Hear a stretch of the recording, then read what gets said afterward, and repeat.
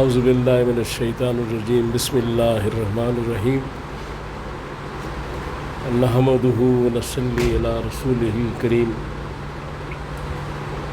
انتہائی قابل احترام سامعین و حاضرین، مجھ سے اچھے لوگوں، السلام علیکم ورحمۃ اللہ وبرکاتہ۔ درود شریف پڑھ لیں۔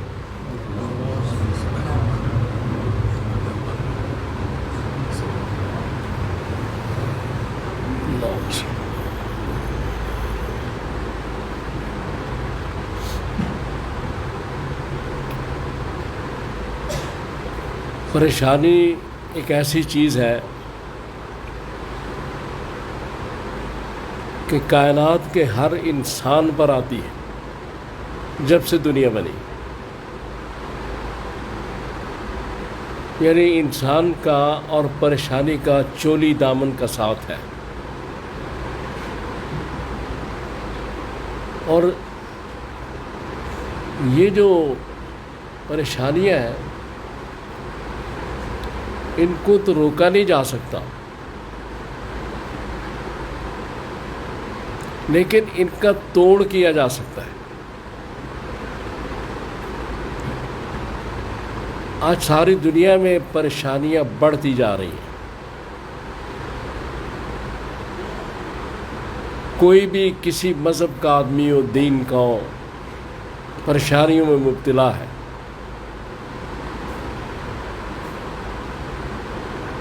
لیکن اسلام اتنا خوبصورت دین ہے، چونکہ اللہ نے انسان کے لیے ایک جو دستور بنایا ہے اس کی زندگی کا، وہ اسلام ہے۔ قرآن اور احادیث کے ذریعے زندگی کے تمام جو پہلو ہیں ان کو ڈسکس کیا گیا، ان پہ بات کی گئی، قرآن نے بھی کی، حدیث نے بھی کی۔ پریشانیوں کے حل کے بارے میں بھی بات کی گئی۔ ہم پریشان ہوتے ہیں تو اس کا علاج بتایا گیا۔ سورہ رات کی آیت نمبر 28 میں کہا گیا، بسم اللہ الرحمن الرحیم، الا بذکر اللہ تطمئن القلوب، کہ اللہ کے ذکر کے علاوہ تمہیں کوئی اطمینان قلب دے ہی نہیں سکتا، تم پریشانی سے بچ ہی نہیں سکتے۔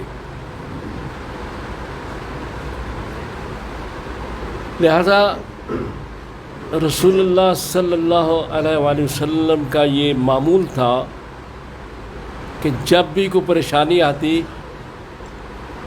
آپ فوراً قضائے حاجت پڑھتے، 2 نفل۔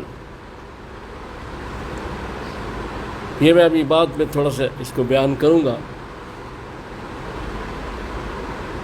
فی الحال میں یہ بات جو کر رہا ہوں اس کے لیے جو بڑی امپارٹنٹ اور ضروری چیز ہے وہ یہ ہے کہ اللہ پر مکمل ایمان ہو، پورا بھروسہ ہو، پورا توکل ہو اللہ پر۔ یعنی اگر ہمارے پاس گاڑی بھی موجود ہے، گاڑی بھی نئے ماڈل کی ہے، پیٹرول بھی ہے، ڈرائیور بھی ہے۔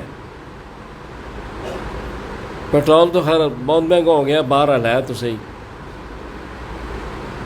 سب کچھ ہے، لیکن منزل پہ پہنچانا کسی اور کا کام ہے، نہ ڈرائیور کا، نہ گاڑی کا، نہ پیٹرول کا، وہ اللہ رب العزت کا کام ہے۔ ہمارا ایمان ہے، ہم مسلمان ہیں، ہم کسی سے اس پہ نہ بحث کرنا چاہتے ہیں، کسی غیر مسلم سے، لیکن ہمارا اپنا ایمان ہے کہ اللہ کے علاوہ منزل پہ مجھے یا آپ کو کوئی نہیں پہنچا سکتا بغیر اللہ کی توفیق اور اس کی مدد کی۔ تو توکل یہ ہے کہ سامان جو آپ کے اسباب ہیں وہ بھی موجود ہوں، آپ کے پاس، لیکن بھروسہ اللہ کی ذات پر ہو، اسباب نہ ہوں پھر بھی بھروسہ مسبب الاسباب پر، اور اسباب ہوں پھر بھی بھروسہ مسبب الاسباب پر۔ یہ کافر اور مسلمان میں فرق ہے۔ کافر جب دیکھتا ہے کہ میرے پاس اسباب ہیں، سب کچھ ہے، میں تو یہ کام کر لوں گا، لیکن مسلمان جو ہے اس کا ایمان ہوتا ہے کہ سامان بھی ہے، سب کچھ ہے، کام اسی وقت ہوگا جب اللہ کی مرضی اس میں شامل ہے۔ یہ کافر اور مسلمان میں فرق ہے۔ لہذا پریشانی کافر پر بھی آتی ہے، پریشانی مسلمان پر بھی آتی ہے۔ تو مسلمانوں کی پریشانی کے لیے رسول اللہ صلی اللہ علیہ وآلہ وسلم نے طریقہ بتا دیا جو آپ خود کرتے تھے۔ کبھی تشویش ہوتی، کوئی پریشانی ہوتی، تو آپ 2 رکعت نماز قضاء حاجت پڑھتے۔ اس کا طریقہ عام نفل کی طرح 2 رکعت پڑھنی ہے، اس کی نیت کر کے، نیت جو ہے وہ اس کے لیے الفاظ ضروری نہیں ہوتے، دل سے بھی ہو جاتی ہے، الفاظ بھی کہہ لیں، لیکن یہ واجب وغیرہ نہیں ہے، نیت واجب ہے، لازم ہے۔ تو نیت ہو جائے، اس کے بعد نفل پڑھ لیں، ان میں کوئی صورت بھی پڑھیں، سب ٹھیک ہے، لیکن بعض بزرگان دین نے کچھ صورتیں اس کے لیے بتائی ہوئی ہیں، وہ ان کے اپنے کیفیات اور مجاہدات کا نتیجہ ہے، لیکن وہ لازمی نہیں ہے۔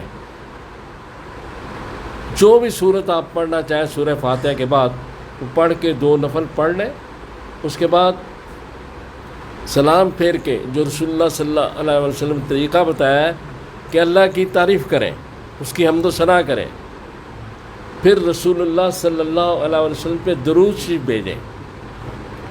اس کے بعد وہ جو مسنون دعا حدیث میں موجود ہے، مارکیٹ میں وہ کتاب ملتی ہے مسنون دعائیں، وہ لے لیں، اس میں وہ موجود ہے دعا، چھوٹی سی دعا ہے، وہ پڑھ لیں، اور پھر اپنی جو ڈیمانڈ ہے، جو آپ کی پریشانی ہے، وہ اللہ کے آگے پیش کر دیں۔ پھر یہ سب اللہ پہ چھوڑ دیں، تو پریشانی جو آپ کی آئی ہے، آپ کو ایسے محسوس ہوگا کہ اس میں ایک دم کمی آنی شروع ہو گئی۔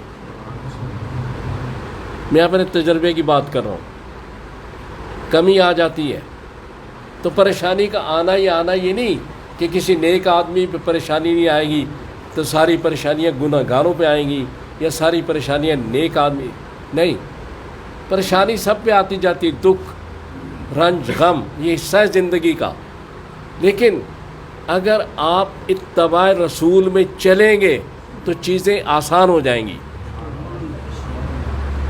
یہ پھر پریشانیوں کا سامنا آدمی کر سکتا ہے۔ مسئلہ صرف یہ ہے کہ ایک طرف ہم دیکھتے ہیں کہ حضور کے پاس ایک صحابی آئے، آپ نے کہا اونٹنی کدھر ہے؟ کائے پہ آئے؟ اس نے کہا اونٹنی پہ۔ وہ کدھر ہے؟ جی میں چھوڑا ہے۔ وہ کہہ لے نہیں، ایک قلعہ لے کے اور رسی لے کے اس کو باندھ کے آؤ۔ اب یہ اسباب ہیں، لیکن مسلمان کے لیے یہ جو باتیں بتائی گئی ہیں کہ قلعے نے اس کی حفاظت نہیں کرنی، اس رسی نے نہیں کرنی، وہ کمزور بھی ہو سکتی ہے، وہ ٹوٹ بھی سکتی ہے، وہ قلعہ اکھڑ بھی سکتا ہے آندھی سے، اس کی حفاظت مسبب الاسباب نے کرنی ہے۔ لہذا رسی باندھ لیں، اسباب کو استعمال ضرور کریں، لیکن توکل اللہ کی ذات پر رکھنا چاہیے۔ دونوں حالتوں میں مانگنا اللہ سے ہی ہے، اسباب ہو یا نہ ہو، کیونکہ اس کے علاوہ کوئی دے ہی نہیں سکتا، تو مانگنے کا فائدہ کیا؟ جب دینا ہی اسی نے ہے تو پھر کسی اور سے کیوں مانگے؟ رسول اللہ صلی اللہ علیہ وسلم کا ایک واقعہ ہے کہ آپ کسی جنگ سے آ رہے تھے تو کسی درخت کے نیچے آپ آرام فرما رہے تھے، تو ایک کافر آیا تو اس نے تلوار نکالی اور اس نے کہا کہ آپ کو کون مجھ سے بچائے گا؟ تو آپ نے فرمایا میرا اللہ، اور اس کا ہاتھ لرز گیا، تلوار گر پڑی۔ اب وہ جو حضور کے چہرے پہ کانفیڈنس تھا، جو اطمینان تھا، جو اعتماد تھا، اس کے باوجود گھبرائے نہیں تھے حضور۔ وہ کانفیڈنس، وہ جو ایک اعتماد تھا اور جو طاقت تھی ان الفاظ میں، اللہ نے ان میں اثر پیدا کیا اور وہ تلوار گر گئی۔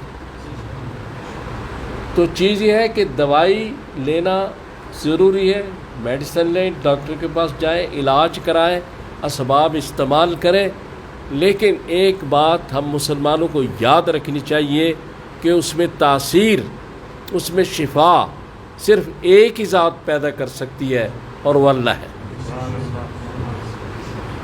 اس لیے پریشانیاں آتی ہیں، پریشانیاں گزر بھی جاتی ہیں، لیکن جب میں اور آپ اتباع رسول میں ہوں گے تو وہی پریشانی جو ایک مشرک کافر کے لیے سخت پہاڑ بن کے گزرے گی، مجھ سے اور آپ سے وہ پھولوں کی طرح گزر جائے گی۔